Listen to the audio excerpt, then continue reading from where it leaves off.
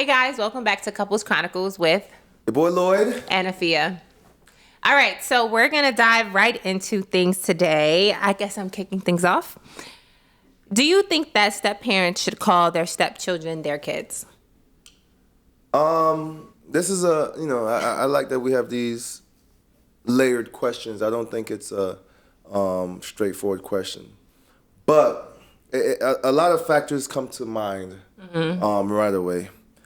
Is the other parent involved in the child's life? You mean the biological parent? The biological parent involved in the child's life. How long have the current couple and the current couple been together and have a relationship with the child, or how comfortable both parties are? I think this is a conversation that has to be had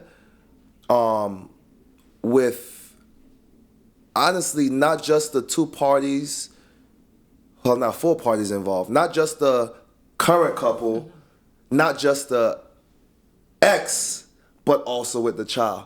I think everybody has to be upfront about how they feel about the situation.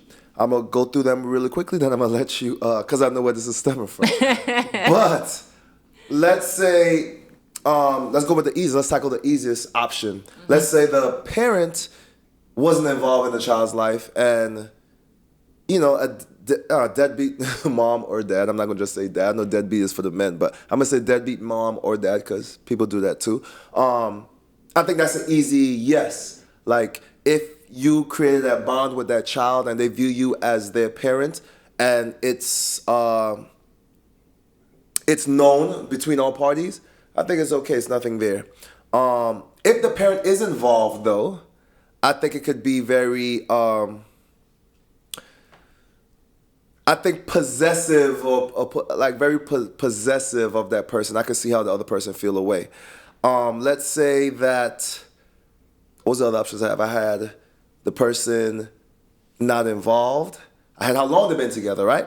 That's a length of relationship. You've been you around your partner's family for a long time. You might start calling your partner's mom as well.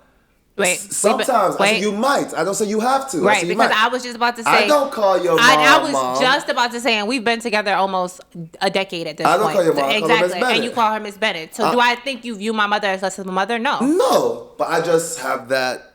I call it I call it respect, just for the sake of argument. Not necessarily for my mom, but for your mom. It's more of a admiration thing. Miss Bennett. It's more of a respect thing versus me not trying to call your mom or not viewing your mom as mom.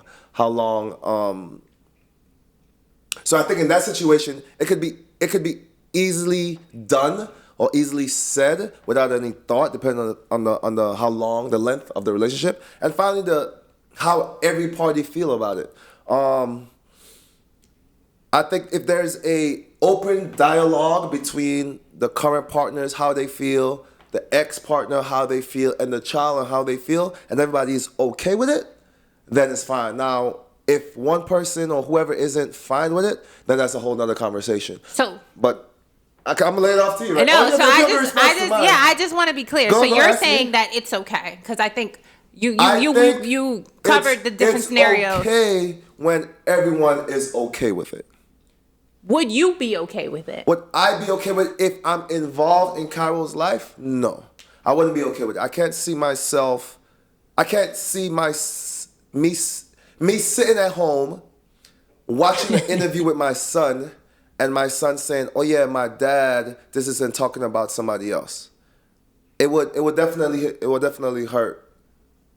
Yeah. It would definitely hurt below the belt. Yeah. A kick in the nuts. Yeah. But I think it's situational. But I know where this is stemming from, so let's talk it out. Let me hear what you got to say. Honestly, I just feel like I worked too hard. I carried my son too many months, went through too much labor. Ain't no way in the world I would be okay with him calling somebody else mom. I don't care. Let's rewind. Give them the backstory, how we came up with this topic. Okay, so we were at a birthday party recently, and for my son. And not for your son, but for somebody else's, not our party. Yeah. For somebody else's kid. Okay. And I was sitting down, and one of my son's friends he was there with she was there with her dad, excuse me. And now recently got married last week. It doesn't matter if they're married now. And his wife, right? And now would be her stepmom. Now, I know the mom. Well, I see her every single day. I see her busting her butt to pick up her child, drop off her child. We've had conversations. And so even when it came down to me meeting the father, I knew that, and I knew who her dad was because I had a conversation with the mom. Mm-hmm. So upon sitting at the party, we're all conversing, and I say to the now married couple, I was like, I asked the wife, and I was like, do you want more kids? Do you have kids? Do you want more kids? Just casually. And she says about the daughter, oh, this is my daughter. And you felt that was wrong. And then I didn't say anything to her. I just looked at her because we both know this is not your daughter, right? Not only that, but I know this is not your daughter. I know who the mother is. And I just thought it was strange that it was as if she was checking me that this was her daughter. Mm-hmm. And as a mom, I was offended, right? And so it really made me stop and think, and obviously we're talking about this on the podcast now, it's just something that I'm not okay with, because she then proceeded to follow up and say, but to answer your question, yes, like I would like more children. I guess she doesn't have any biological children of her own, because she didn't say she did when I asked her. But like, I didn't respond to her. I just looked at her, right? And I guess the silence, she knew, even she probably felt, okay, wait. This is what you meant. Yeah, because I was taken back, right? Because I think that there's a sacredness to the word mom. I think, to your point, there's an honor, there's a sacredness, and to every mother that has gone through labor, to every mother that has carried their child for 10 months, to every mother that has not slept through the night, that has gotten up to make a bottle, that has breastfed. I damn near breastfed for 3 years. We could talk about it. Ain't no way in the world. You're gonna make me cry right now. It's no way in the world you're gonna sit here and tell me that it's okay for my son to call somebody else mom. Ooh, y'all gonna make me cry. I agree. I can't, I hear your sentiment, and my only, not my only rebuttal, or it's not even the rebuttal. I wish I was there with the conversation. I was too busy running around trying to make sure Kyrie falling off the monkey bars. But I wish I was the dad there. Yes. Did you see his reaction? Yeah, what was his reaction? He didn't say anything, right? Because to be honest, they had been married. They only had been married 1 week when we had this conversation. So to be honest, I think this was the first time they had been in that situation. I can't think. I don't think so. Because I don't think this is the first time they've been in that situation. There was so many things. You've met this young lady before? Yes, I met the young lady before, but she didn't introduce herself to me as her mom. That's what I'm saying. Like, I met her previously for our son's birthday party, which was a month ago. So she introduced herself, but she didn't introduce herself as her stepdaughter's mom, right? Like, she just introduced herself as her name. Awesome. And for me, I think, to your point, I think if the biological mother or father is in the picture, I think that, I think it's okay to say this is my bonus dad or it's my bonus mom. I think there's a negative, and I had to realize this when I took a second to reflect on it. I do think there's a negative connotation around the word stepdaughter or stepchild, and I realized that because I've never been a stepchild, right? So then when I had to take a step back, I'm like, okay, negative on whose account? I think from the way that it's perceived, right? And so like even like, I didn't know that, right? But when I spoke to my mom about it, or when I spoke to other peers about it, they're saying, when there's this sense of being excluded or exclusion when it comes to this concept of being a stepchild. I didn't know that because I'm not a stepchild, right? So go ahead. So by your explanation just now of the term stepchild, what if they're trying to eradicate that feeling by not calling, oh, this is my stepchild, right? And so, like I said, making them feel included, right? And so, I do think addressing, so this was my take on it, right? So I have one of my best friends, she had both her stepfather and her biological father in her life, and so she would always say, oh, this is my bonus dad, just out of respect for her biological father, which in my eyes, she felt there was nothing wrong with that. I felt like there was nothing wrong with it, but I feel like, putting myself in the mother's shoes, where I'm in a situation where you're telling not a complete stranger, we're not complete strangers, but almost at this point, that you're my daughter's or my son's mom. when I know the mother, I know the mother, and I've seen the mother be a mother. I think that's the issue that I had, right? Because I think, to your point, if the biological parent is not in the picture, absolutely sure, right? Like, nobody, it doesn't matter, right? Like, there are some people, it's like, no, this is my mom, and I get that. But I do think if you're a mom where you put your child first, or you put you're a dad that puts your child first, right? And that means you get up every day, you bust your butt for work. You're present, and you know what that means, because you're a present father, right? And so I think Not only am I present, I'm married to you. Right, yeah, right. But I don't know, like, just in that moment, I was just like, how dare you?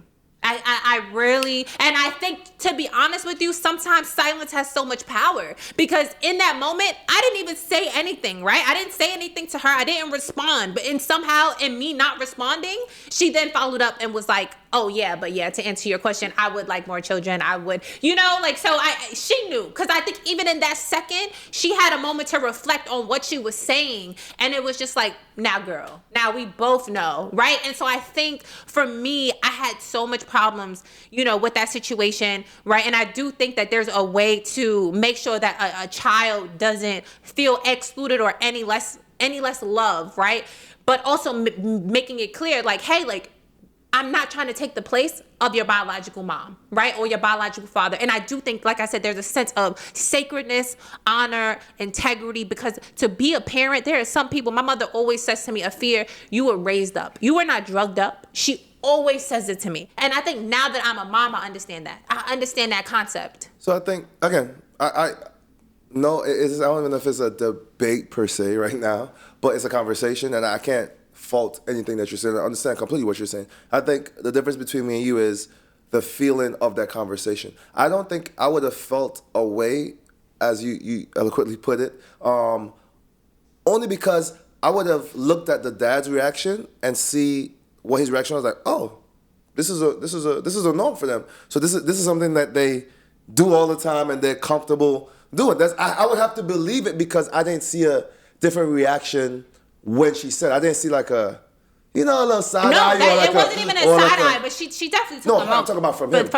So I didn't see his reaction, to be honest. I just know he didn't chime in, and he wasn't supposed to chime in, right? Like, even if it was something he felt the way about, like, you do that later. You don't want to handle it later. For sure. I think what was so, like I said, the more I just sat back and just reflected on the situation. And you know what's funny, guys? We were shopping, and then I could tell that she does. How do you feel about this? Yeah, because I was so bothered by this situation. Because, like I said, I think as I sat back and I really took a moment to reflect on the situation, I was like, oh my God, this little girl just turned 4 years old, right? And so she's still processing, she's still grasping, she's still understanding. That's another option. That's another point too. The age of the child.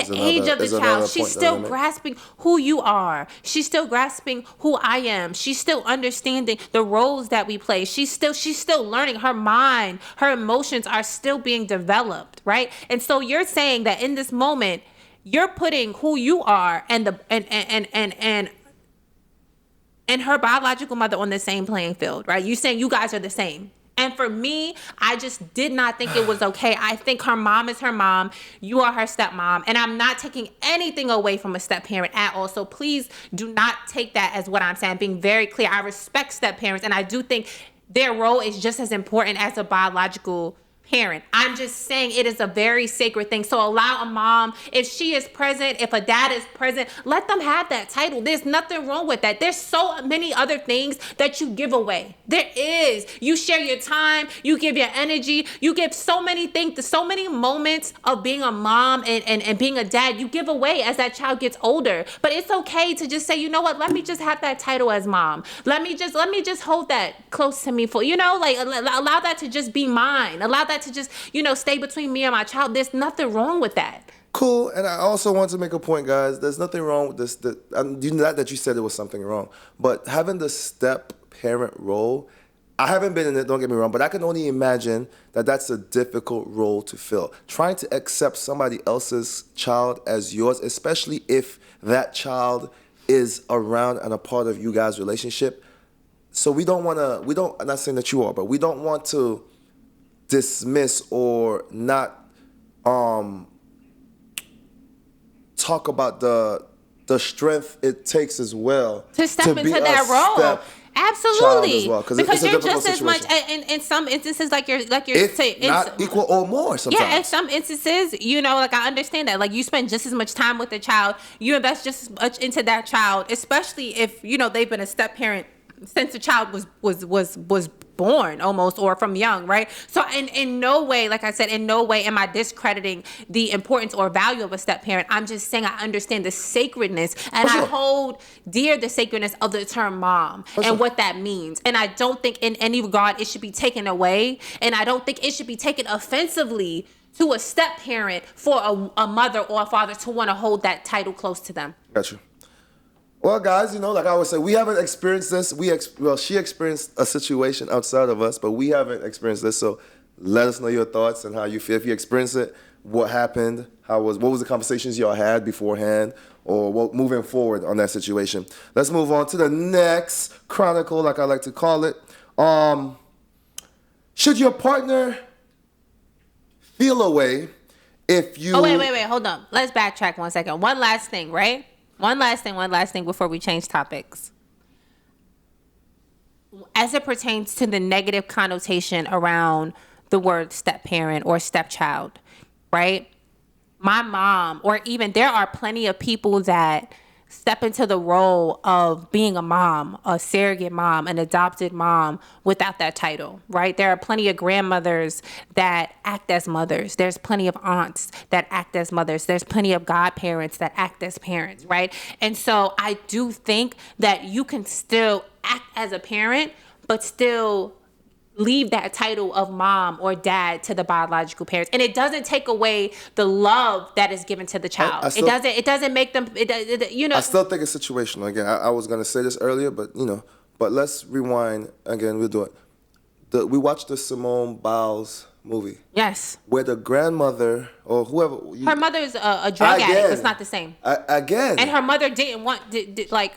She tried to connect, but Simone Biles was very clear on like, no, you're my parent. You're my mom. Right, but it's different. My mother always says to me, because like I said, I spoke to this about my mom. If her mother wanted to be a mother, she would.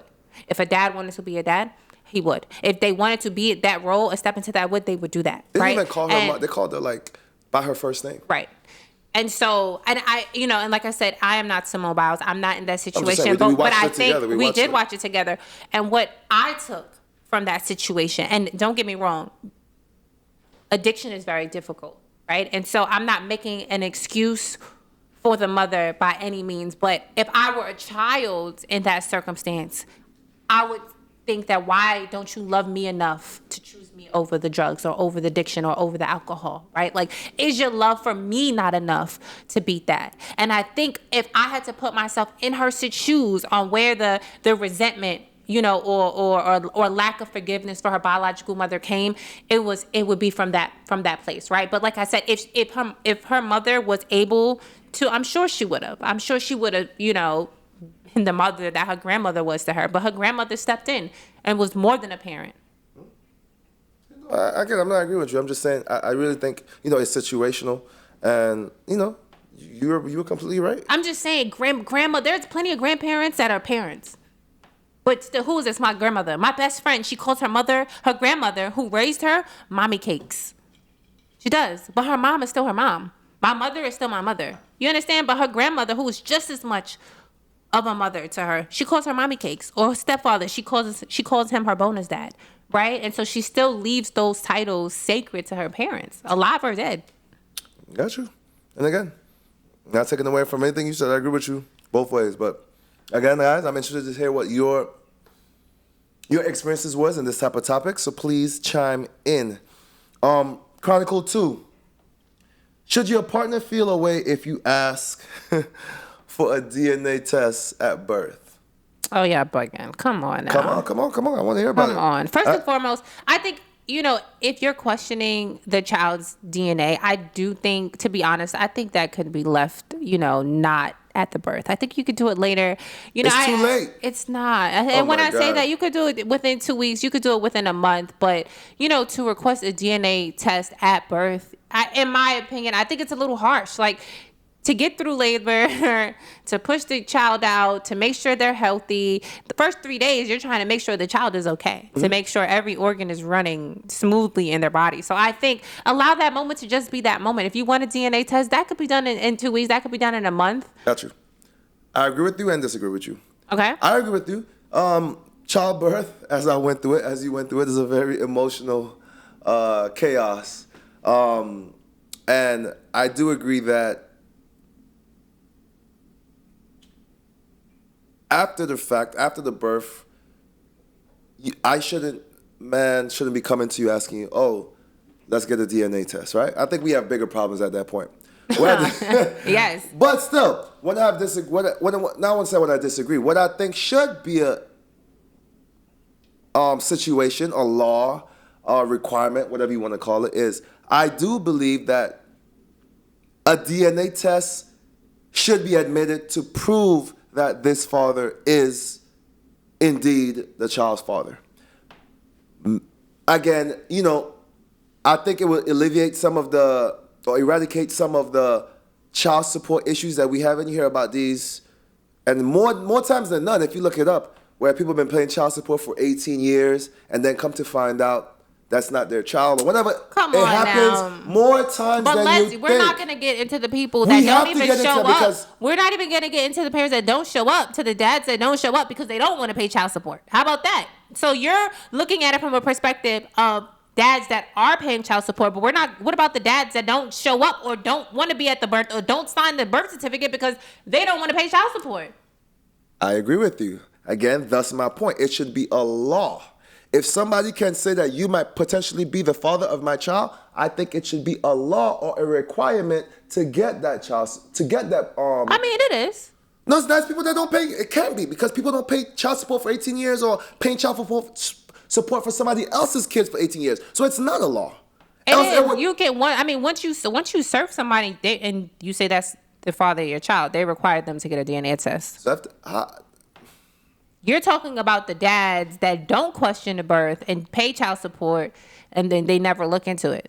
That's what you're talking about. But if I have a child, and I say, hey, you're the dad, I can go to court and subpoena you and say, hey, like I can serve you and say, hey, like you're the father of my child. You might avoid it, duck it, all of these things, but the court requires you to get a DNA test. But you can avoid it and duck it, so it's not. I mean, for a while, but not forever.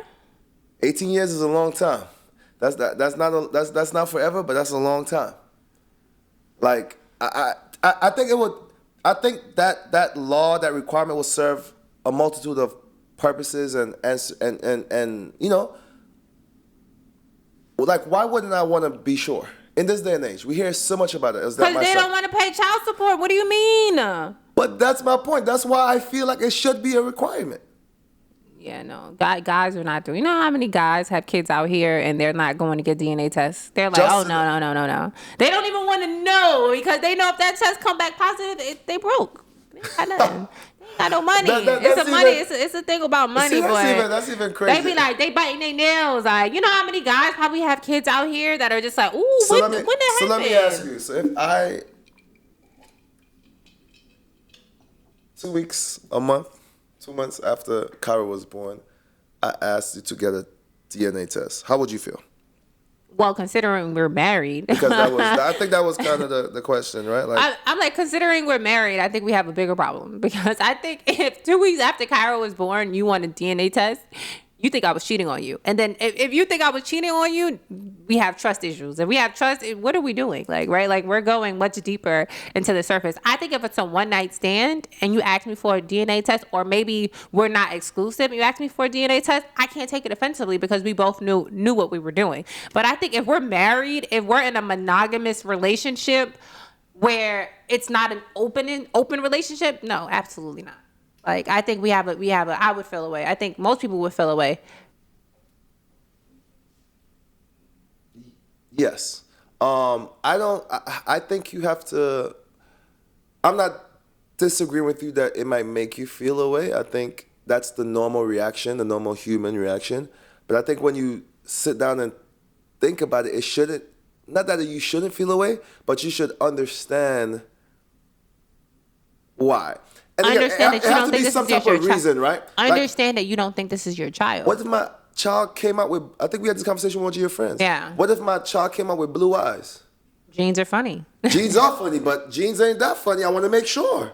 Genes are funny, yes, but I'm not Genes laughing. are funny. I need to make sure before 8. I don't want to spend 18 years laughing, or the other years after the 18 years finding out crying because I didn't get something that was so simple as a DNA test just to confirm. Because to me, again, this is the part that. So you don't think if you're married or if you're married, it's bigger than that. Yes, it's bigger than being married. No, what I'm saying is, it might hurt your little feelings. Feelings? Yes, it might hurt your little feelings. That if you're wrong, I think you're just scarred. I think you have some past trauma. I never experienced it. No way. I think you have some past family trauma that you he don't never think nobody kid is their kid. It's no way. There's too many documented cases of this. It's no way. What you mean? There's too many documented cases. You're just scarred. You want to know my problem about it is this is the problem, right?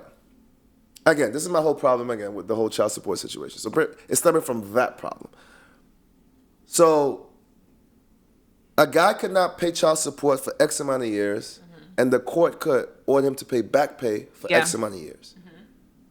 A man can find out after X amount of years that he wasn't the father of the kid, and she don't owe nothing. Yeah, that's so true. all my hard-earned money, I was working, double jobs, staying up late at night, waking up early, trying to busting my butt, paying for it, just swept under the rug, and it's passed over as a mistake. So to avoid this, I think every man should ask for it. If you have a inkling in your bones that this child is not yours, I believe every man should have first of all, I think it should be a law. But if the law isn't passed, which I think because the government don't want to pay for people's kids, that's why they let it slide. Because it's such an easy thing to do. They're trying to abolish abortion and all this crazy stuff, but just to get a DNA test, blood test, it's such an easy thing to do at birth from the father. They ask you all these other questions about the father. Why not just get a blood test? Does the dad have this? Does the dad have all these different sickle cell? Does the dad have this? They ask you all these lists of questions. Why not just get a DNA test? I think you're also assuming that that all fathers or potential fathers want the DNA test. No, I said yes, I think it should be a law. But I preface that by saying if any father, any guy has an inkling that child might not be his, get a DNA test. I'm not like that, but screw how your partner feels at that time. That's sure. Deep. That's deep. That's deep. That's deep. You're going to save yourself years of heartbreak. We've all watched Judge Judy and all these other. But but in most instances are not. Like, are we talking about married monogamous relationships? Like in those instances where it's like, the child is not yours. That's not like realistic. I saw one which I think is fake. Either way, I must say it was funny. It was an older white couple. They've been together for 60 years, and the guy, older, like 70 something. Said he always had an idea that the kids wasn't his. He had 3 kids. And the judge read the thing for all 3 kids wasn't his. Again, I think it was fake. It was for TV. I think it was for TV, but imagine a situation like that. For me, at this point, I think it's too late. They're your kids. Yeah, absolutely. After 70 years, but I'm just saying that's not fair to the man. We just like to write it off. Like, I don't think it's fair. So I think it's a simple. First of all, if you ladies feel away, I'm not discrediting your feeling towards it. Oh my God, you think? But I'm sure there are situations where the woman feels away and they're still not the dad. So to be sure, to be 100% sure, let's get that DNA test. I think it's easy for you to sit there and have this perspective because if I'm the mom, I'm the mom. I push the baby out. So it's never a situation that you yourself would have to be in. On the flip side is what I'm saying. Like, as a mom, you would never question as a mom to do a DNA test because I pushed the child out. So you're just saying for females to suck it up, or it is what it is. It is what it is. No, because it's not. See, it's different. But you push the baby out. I can't deny that. Yeah, but exactly, you can't deny that. But there's no consideration for how it would make the female or the wife feel, because it's not. It would in no instance be something that you could put yourself in. It's never a situation where you would fill those shoes. I will allow you to be mad with me and buy you a purse. Nah, bro. And be like, I'll sleep on the couch for a month. It's fine. But to be sure, baby. That's wild. That's wild. If Caro looked Indian at this stage, trust me. My daddy looked Indian. My daddy got nice hair. I would have went and got a DNA test a long time ago. I think you're just scarred, bro. I think you just. Do you believe me what I'm saying? Do you believe what I'm saying? No, I think you're just. I think it's something that has come up in previous conversations that we've had, not with us, of course, but just like your perspective on it. And so it doesn't shock me that you feel the way that you feel. I just do think there's a lack of consideration for. For the female. And like I said, I think if it's a one night stand and you guys were casually dating, sure, whatever, go get a DNA test, make sure that's your kid. But I think if you aren't married in a monogamous relationship and the husband comes to the wife and says, and you guys were not having problems, this child was conceived out of love, and then he just randomly says, hey, I think I want a DNA test, I think that speaks volumes. Right? Like it would make me sit and reflect on where are we even in the marriage? Like, to ask for a DNA test. I mean, I would do it because... Let's go to therapy afterwards, but let me get this DNA test. Like, again, I don't fear it. I believe Kyra is mine. I know that Kyra is mine. I didn't question that. But, just to make things... I think it should be a law. And I think it should be a requirement. I think it's an easy thing to do. Before I write my name on that birth, or before whoever they write their name on the birth certificate. Guys don't sign the birth certificate. Take that blood test and we good money, man. Baby, do you know how many guys don't sign the birth certificate because they don't want to pay child support? All that should be a requirement. All that should be a requirement. You're the daddy, your name going on this birth certificate. You're assuming that the guys want to pay. Like, they want to go in and out, skeet. I'm telling you, skeet. Again, another reason why I think this system is skewed and flawed. This system is very flawed, and we need to rectify this somehow. Which leads us to our last question. You want to take it there, or you can read it? I think this is going to be the spice. This is the spice of this whole conversation. I think y'all going to chime in a lot on this one. Who cheats more, men or women? Say it again for the people in the back. Who cheats more, men or women? I don't know if this is an age-old question, but I will say this. I'll go first. I think the perception that's put out in the world is that men cheat more than women. Perception or fact? I don't know if that's a fact. Again, the perception is really, let's go back, because we had the conversation, not the full conversation, but we had this conversation before. And it's going to be impossible to prove for sure. You just get interviews or random surveys or polls of who cheated, and they do the numbers by then. But not everybody's honest. Not everybody's coming forward, so it's impossible to get an exact science, right? Personally, I'm going to go right into it. I believe women cheat more than men.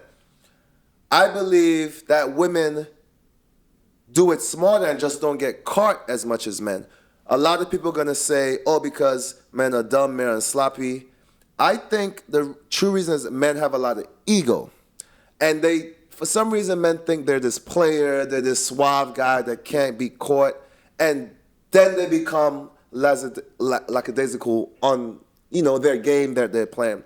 Also, there's an old saying that, I've heard, I don't know how much people heard this, is like, between cheating and men are like dogs, cats are like women.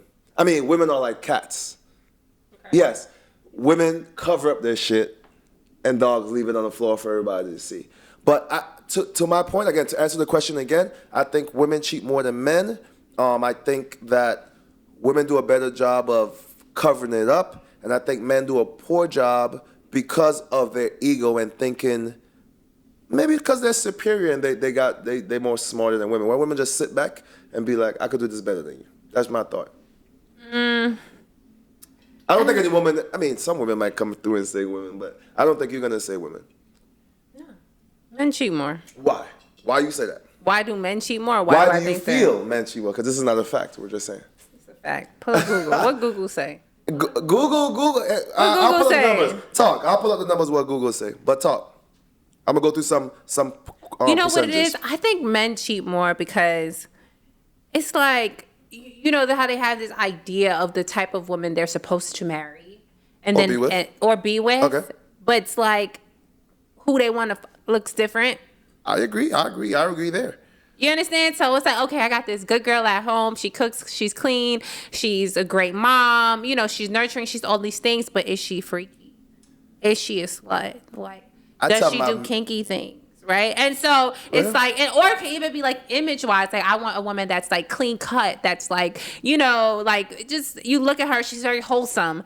But then he really want to, you know, a freaky BBL, juicy booty. You know, there's nothing wrong with a juicy booty. I'm just saying, like, you know, like what he's attracted to or what he's thinking about when he wants to have sex. It's not her. It's not her. And so in my opinion, I'm just like, I think that's why they cheat more. I think women, you know, I think once they say they have a whole phase, but I think maybe once they kind of get out of their whole phase, I don't know. I think, in my opinion, I think when they get out of their whole phase. Do you believe that? Do women have a whole phase? I don't know. I think they either a hoe or they not. Did you have a promiscuous phase? I'm not going to call my wife a hoe. Did you have a promiscuous phase? I've never been a hoe, let's be clear. Did you have a promiscuous phase? I don't think so. I don't think I've ever been like, you know, I have some friends that are promiscuous. So when I think of them, I definitely don't think I align. You know, I think I've dated, but I think when you talk about promiscuity, it looks a lot differently. That means promiscuity, like, you know, you see every man you walk in that's like above 6 feet, got 6 figures, and got a 6-pack. You know, they in it. It's like, baby. Don't get me wrong. I don't see anything wrong with that. Dude, live your best life. Live your best life while you have it. I don't judge by any book. Do what you want to do. Live your best life. Let's pull up some numbers that stuck out to me. Women, like we talked about the whole phase. Women between the ages of 20 and 29 tend to cheat more than men. Is that the whole stage that we talking about? I would think the whole stage is younger, in my opinion. Well, that's what this is just by what I'm looking up. The women infidelity rate has increased by 40% since 1990.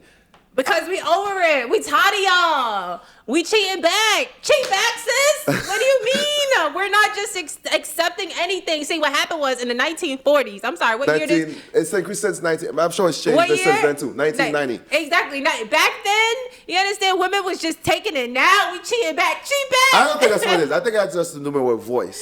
Women are more... I don't want to say free to voice their own opinions, you know what I'm saying? But back then you had more control, male, that whole mess. They say men between the ages of 30 and 39 have a greater tendency to cheat on their spouse. I believe that. I think what happens is, I think at that age, it's like, oh my God, you feel like between 30 and 39, you're supposed to be married. And it's like, this is the season in your life that, you know, you're supposed to settle down and have the family and have the children. But I think, and then it hits you like, oh shoot, I'm married. This is it. I only get one vagina for life. It's over. It's like then I think they start to panic, and then they be like, oh my God, I got a double life. Like, you know, they want to be home, but they want to be in the streets. I believe that. I believe 30 to 39 is when they feel the most challenged. I'm going to go the opposite end. I'm going to just say that again. First of all, I'm about to hit that I'm about to hit that 39 mark. I'm not looking young, guys. Don't let the boyish looks fool you. I think at that age, the older guy just want a younger girl. Oh, good thing I'm a younger girl. That's why I married a guy again. I was gonna say. That's why I married 9 years younger. That's crazy. That's wild. I'm just saying. I'm just saying. This is my opinion. But the age, like, okay, let me go talk to some younger freaks, crazy. And I think that's what it is. That's wild. Let's see what it says. There's a high percentage of men than women in their 60s who cheat on their spouses. Again, I think that's the age thing. I think they're just going through a midlife crisis at 60. I think that might be between 50 and 60, in my opinion. Because I think if you're a good-looking 50-year-old, you could get a 30-year-old. You could get somebody that's like 30, 35. If you're a good-looking 50-year-old, you're like, ooh, baby, with that pepper. This is the last one. This is going to lead to another question that, since it came up on this question. They say, for 80% of women, they say the reason 45% of men have engaged in an emotional affair compared to the 35% of women. So let's go into the reasons. I mean, there's a bunch of reasons, but why we think that people cheat. Let me start. Because for men, this is the age-old story. Yeah. Men cheat mostly physical and just appetite craving. You know, we're men, ha ha ha, I'm man, you're woman, that type of animal instinct. They say that women cheat when emotionally. Okay. And to men, that's a bigger issue. How you feel about that? Like the reasons why men and women cheat. The differences, rather. Don't say. I don't feel want like to say the if reason you want, like if it's you want my okay, honest but the opinion, differences. I think women cheat because men get comfortable. I think when you've been married for some time, you might have 1 kid, 2 kids, 3 kids, whatever it is. Men get comfortable. They feel like you're not going anywhere, so they stop doing as much. They check out. It's like, oh, they're watching the game. They don't even see you, or maybe they're. You get so comfortable. Women too, right? Like it's like you stop putting on. It's like, oh, maybe like you got your zit stuff on, your bonnet, your ugly PJs.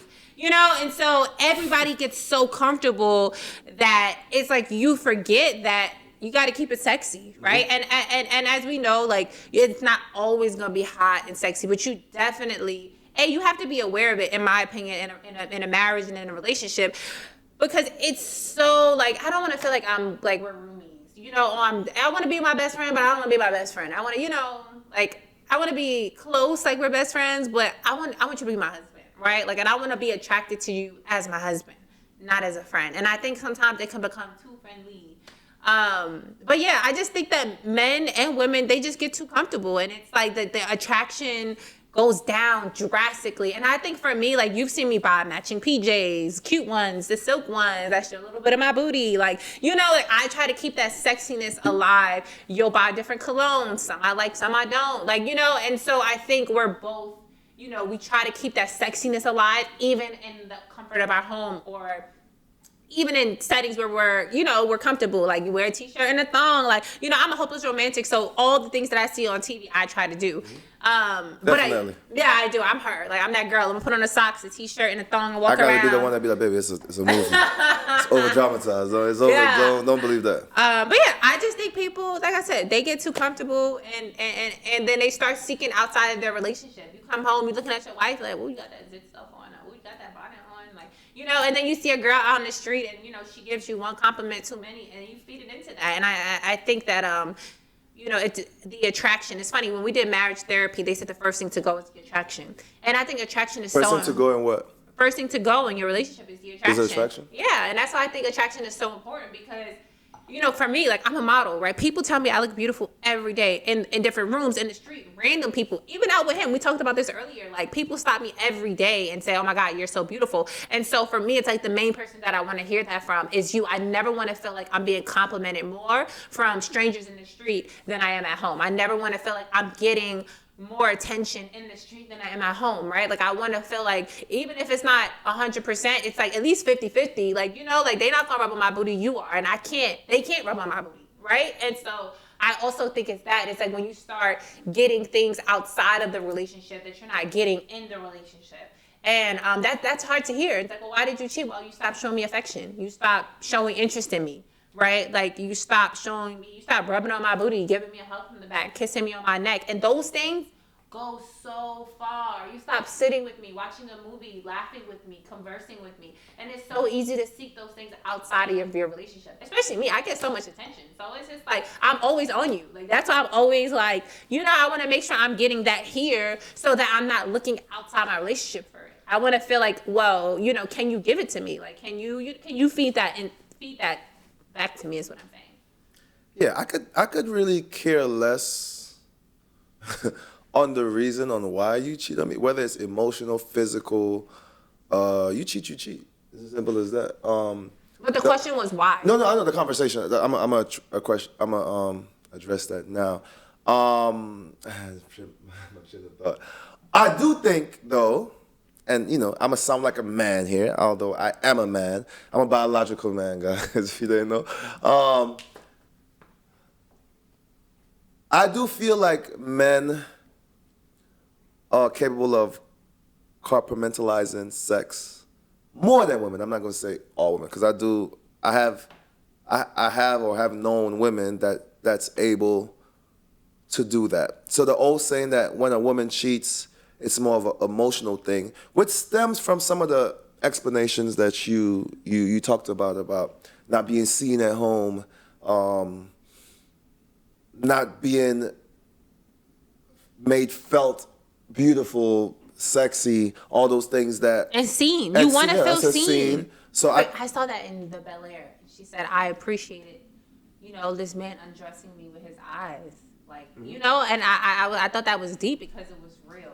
But anyway, go ahead. No, again, I can see where that lies, but I think, and as we stand here and we sit here and we talk here on Couples Chronicles with Afiya and Lloyd, I think those numbers are definitely tipped more on the women's side. Again, being the cats that you guys are not going to air all your business like our ego men, and we talk about how many women we slept with and what we did. I think women are more reserved and will take those stuff to the grave with them.